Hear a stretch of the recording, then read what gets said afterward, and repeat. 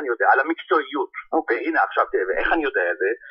כי באחת התגובות של עיריית תל אביב לרות ימיר, נאמר די בארציות, שניווכח שמומחיותה תורמת לשיפור התחבורה, נתייחס להערותיה ביתר רצינות, ויותר מזה. כן, זה אגב, זה נגרמתי לראות את זה, זו תגובה שיצאה מעיריית תל אביב, ביחד לרות ימיר מתכננת את הפרויקט. כן, תביני את התגובה. ואני במו אוזניי שמעתי אתמול את ראש העיר רון חולדאי, קורא לתוכנית הזו, תוכנית תחבורה מצ'וקמקת. ונשאלת השאלה, איפה רון חולדאי היה, שכל התוכנית הזו התרקמה ונרקמה, והיה ברור שהשפעותיה הן על תל אביב. אוקיי, בוא תישאר איתנו על הקו, נגיד בוקר טוב לעידית שרמן. לשלי שרמן מעידית, מקונדיטוריה עידית. אוקיי, שלום שלי. מקונדיטוריה עידית, קונדיטוריה מאוד ידועה באבן גבירול, אני ממש רואה את הלוגו מול העיניים, אי אפשר לפקשש אתכם, כמה שנים אתם כבר שם? משנת 1964. כן, זה ממש... אני יכולה לתאר לך כמה ראשי הערים עברו מאז. כן, ממש מוסד בעיר ובטח ברחוב.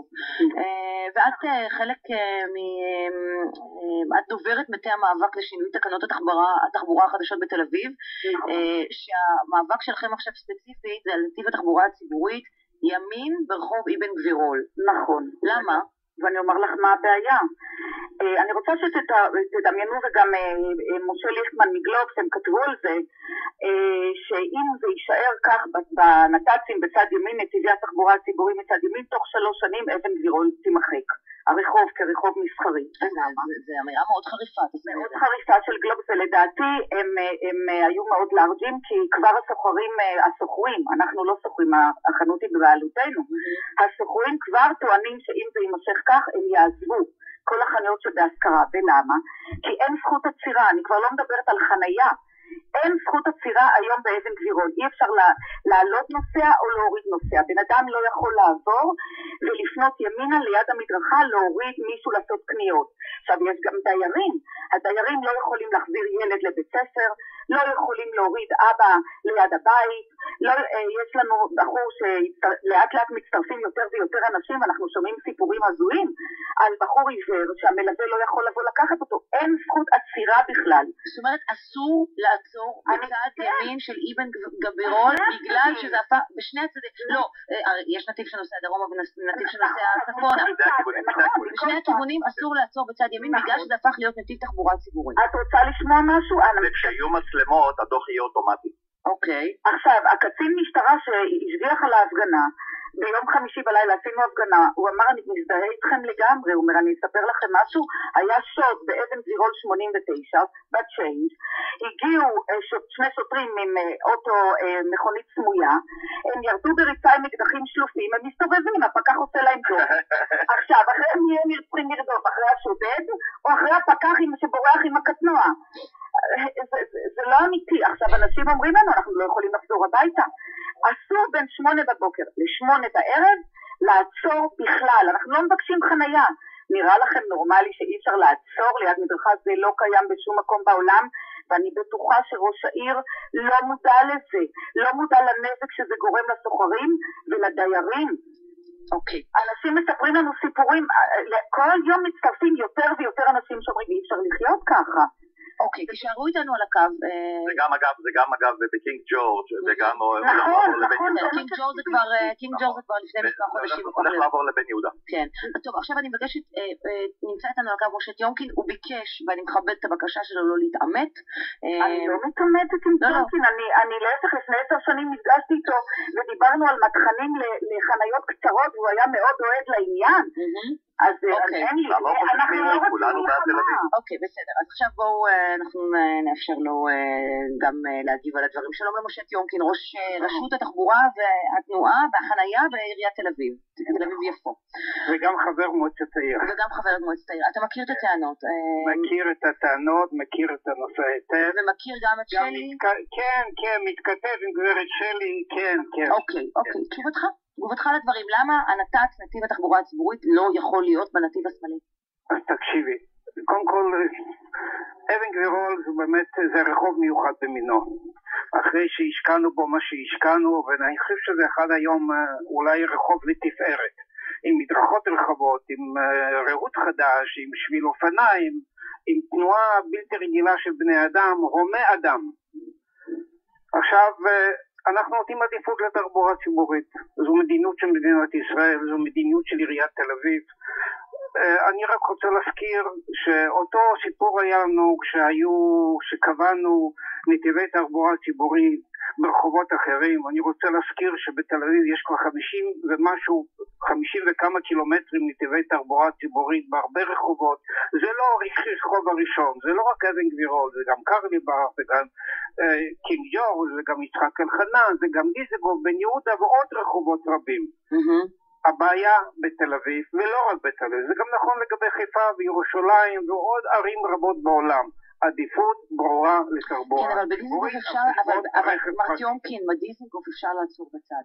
נכון. אפשר לעצור בצד בדיזנגוף. לא בנתיב של תחבורה ציבורית. בחלק מהרחוב אפשר לעצור בצד. כאן יצרת מצב שבכל אבן גבירול אי אפשר לעצור בצד. קרן, קודם כל באבן גבירול צריך לקחת בחשבון עד 8 אין בעיה.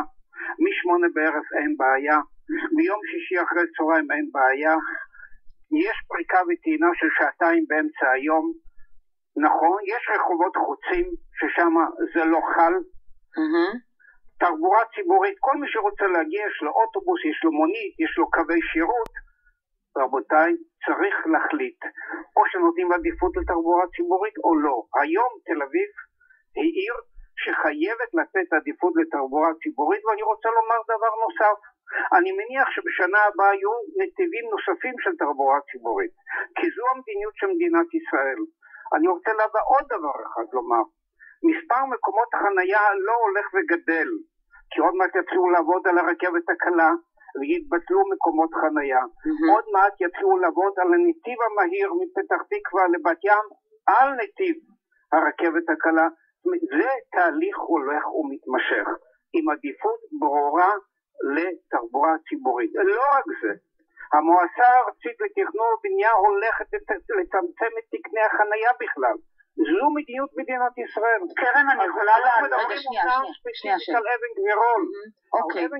כלומר, מה שאתה בא ואתה אומר, אתה אומר, חברים יקרים, זה אולי לא נוח, אולי לא מתאים לכם, אתם תתרגלו, אין ברירה, תתרגלו, זה מה שאתה אומר. זה בדיוק מה שאני אומר. אני יכולה לענות, קרן? כן, שלי.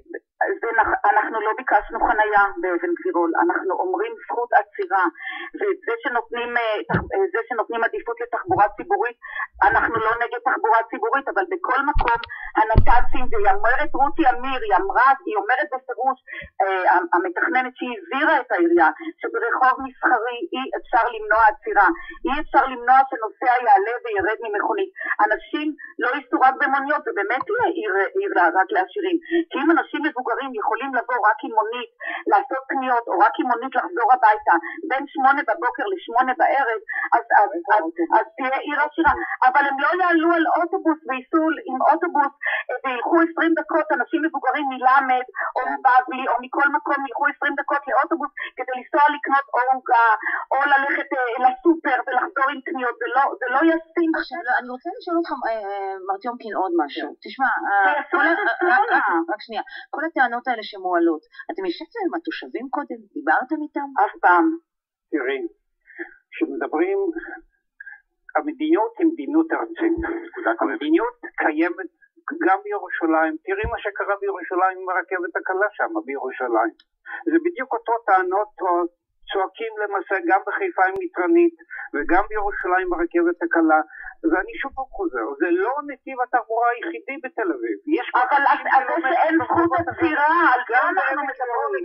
אבל אני רוצה פה, שנייה, אני רוצה רגע, יש פה נקודה אחת עקרונית שעלתה גם בסיפור של הרפורמה בתחבורה הציבורית, וזה לא ביחס לכם לעיריית תל אביב, אלא ביחס למשרד התחבורה ומארגני הפרויקט. יש כאן חוסר תקשורת מהותי עם ציבור הצרכנים. אולי זה מכיוון שזה ציבור שבוי שאין לו ברירה, אתם לא סופרים אותו, ואז אתם נתקלים במחאה, ואז זה עולה לדיון בתקשורת, ואז יש מבוכה ואי נעימות. למה אי אפשר? ייתכן, אתה יודע מה, שאם הייתם יושבים עם שלי וחבריה לפני כן, אולי הייתם עושים את זה קצת אחרת, אולי הייתם משכנעים אותם, אולי הייתם מונעים עכשיו את כל הדיון הזה וכל התחושה ששוב, כן, הפקידות, העירייה, הנבחרים, לא סופרים את הצרכנים. אבל לא רק רגע, שנייה שלי, אני רוצה... אני מסכימה איתך לגמרי. לא, אין לי ויכוח איתך, אני רוצה אבל שמרטיומקין יענה על זה. זה פשוט לא נכון. אני חושב שזה שנה, אני רק, ואני לא מתכנן, אני אומר, אני נפגשתי לפחות ב100 ישיבות, לפחות, ברובעים, בוועדים, בשכונות, רק כל פעם זה אנשים אחרים. בתל אביב יש 400,000 תושבים, יש עוד מיליון שמגיעים, ואתה אף פעם לא יודע, תמיד יהיה מישהו שהוא לא יודע. אוקיי, טוב. אני כבר לא רוצה לומר, חודשים על חודשים, אז אומרת כאן שלי... מדברת על כך, כתבות בעיתונות, בטלוויזיה, אני יכולה לשאול אותך שאלה בלי להתעמת איתך. למה אבא עם תינוק שרוצה להוריד ליד הבית שלו את התינוק מהאוטו ואת העגלה, מקבל דוח מהפקח והוא צועק, אני גר כאן.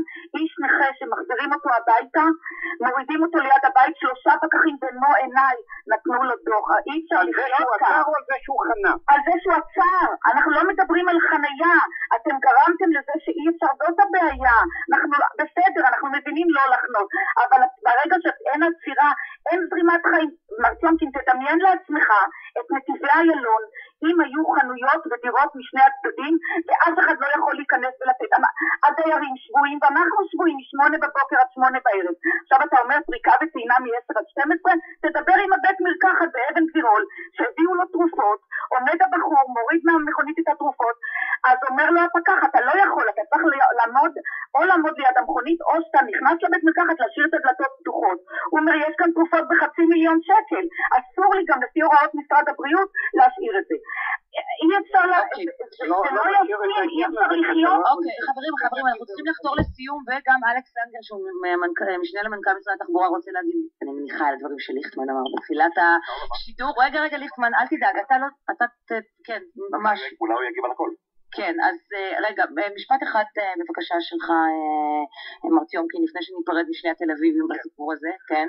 אנחנו בעד עדיפות ברורה לתחבורה ציבורית. זו מדיניות העיר תל אביב. כן, אבל אתה יודע, אחד המאזינים כתב לנו, האם בעיר תל אביב שכחו שהתחבורה הציבורית והעיר הוקמו בשביל האנשים, לא בשביל האוטובוסים.